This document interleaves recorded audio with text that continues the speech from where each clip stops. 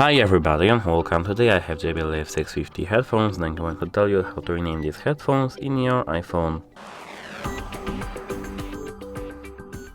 At first, open settings. Here go to Bluetooth and tap this info icon. Now tap on name, and here you can make some changes. You can delete everything, type some letters, type some emojis, and if we click done, as you can see, our headphones are renamed.